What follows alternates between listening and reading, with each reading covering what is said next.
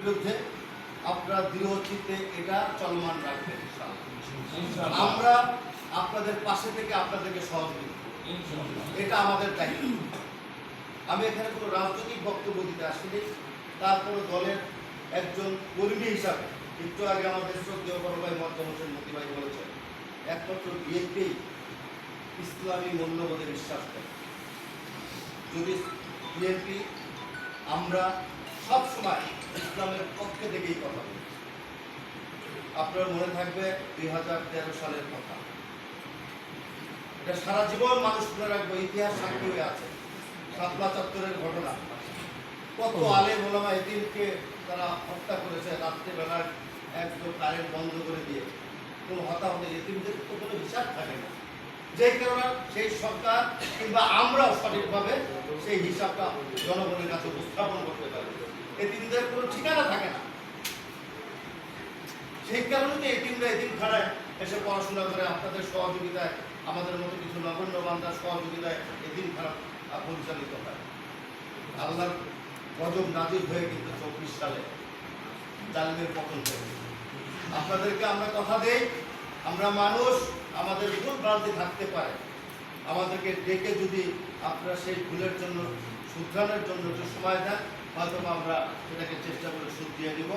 অথবা আপনারা যদি মনে করেন এটা ভুল হচ্ছে, আমাদের কথায় আমাদের আচার আচরণে আপনারা মেম্বারে দাঁড়িয়ে আপনারা উপস্থাপন করবেন, আপনারা নির্দ্বিধায় কথা বলতে পারেন, আমাদের কোনো আপত্তি নেই। কিন্তু একটা জায়গায় আপত্তি, এখানে বিভিন্ন ধরনের ইমাম সাহেবরা আছেন, এক একজনের ভাষা, এক একজনের বক্তব্য উপস্থাপন সব একরকম হতে পারে না। আল্লাহ রাব্বুল আলামিন এভাবেই সৃষ্টি করেছে, এটা আমার তো ভালো আপনারা জানেন।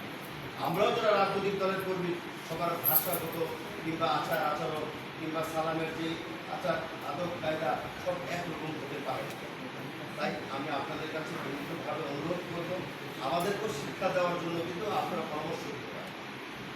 আমরা আপনাদের সাথে ঘনিষ্ঠ জন হিসাবে থাকতে চাই। আপনাদের সাথে আমরা শুধুমাত্র মসজিদে গিয়ে নামাজ পড়া কিংবা ইসলামিক কোন অনুষ্ঠানে অংশগ্রহণ করা এর মধ্যে সীমাবদ্ধ থাকতে চাই না। আমরা যদি সামাজিকভাবে একটা মাঠে কিংবা একটা ঘাটে কোথাও যদি একটা গাছ লাগাতে যাই, আপনাদেরকে দাওয়াত দিলে কি আপনারা আসবেন না? এটা কি সমাজের কাজ না? আমরা চাই আমাদের সাথে আপনাদেরকে সম্পৃক্ত করে আগামী দিনের সামাজিক সকল উন্নয়নমূলক কর্মকাণ্ড আর আপনাদের সদিচ্ছায়, আপনাদের দোয়ায়, আপনাদের প্রেরণায় যদি আমরা নির্বাচিত হতে পারি, রাষ্ট্র পরিচালনার দায়িত্বে যদি আমরা যেতে পারি, ইনশাআল্লাহ ইসলামের পক্ষে একমাত্র বিএনপি একমাত্র দল আপনাদের পাশে থাকবে। মতি ভাই বলেছে আমাদের শহীদ রাষ্ট্রপতি জিয়াউর রহমান, আমি দেখি নাই কোনো মালের মোলামা, এমন কোনো মানুষ দেখি নাই যে শহীদ রাষ্ট্রপতি জিয়াউর রহমানকে কেউ অসম্মানের সাথে কথা বলে। বরঞ্চ কোথাও কোথাও গিয়ে যদি আমরা জিয়াউর রহমানের নামটা তড়িঘড়ি করে ঘুরেও যাই, গত মণিপুরের আমি 13 নম্বর ওয়ার্ডে পীরের বাগে নামাজ পড়তে গিয়েছিলাম, উপস্থিত অনেক নেতৃবৃন্দ আমার সাথে ছিল। আমি তাড়াতাড়ি করে হয়তো ইমাম সাহেব বিরক্ত হতে পারে, আমি একটু তাড়াতাড়ি করে বক্তব্য দিয়ে একটু বসে যাব। ওই সময় আমি বলেছিলাম আমাদের নেত্রী, আমাদের নেতা পরিবারের জন্য আপনারা দোয়া করবেন। আমি আমার নেতা শহীদ রাষ্ট্রপতি জিয়াউর রহমানের নামটা বলতে মানে তাড়াহুড়ো করে একটা আমার মিস্টেক হয়ে গেছে। আল্লাহর রহমতে খতিব সাহেব দাঁড়িয়ে আমাকে ধন্যবাদও দিয়েছে, আবার পাশাপাশি কিছু পরামর্শ দিয়েছে। আমি তাকেও ধন্যবাদ দিয়েছি ভাইকে। তা আমি আশা করেছিলাম শফিউল ইসলাম খান মিল্টন ভাই আপনাদের নেত্রী এবং নেতার পাশে, আপনাদের যে ভিত সত্য যার জন্য আজকে বাংলাদেশ নামের রাষ্ট্রটি তৈরি হয়েছে, শহীদ রাষ্ট্রপতি জিয়াউর রহমানের জন্য আপনি দোয়া চাবেন মনে তিনি আমাকে মনে করে দিয়েছে। সেই কারণে ওনাকেও ধন্যবাদ দিয়েছি। এরকম ভুল আমাদেরও হতে পারে, আপনারা আমাদেরকে শিক্ষা দেবেন।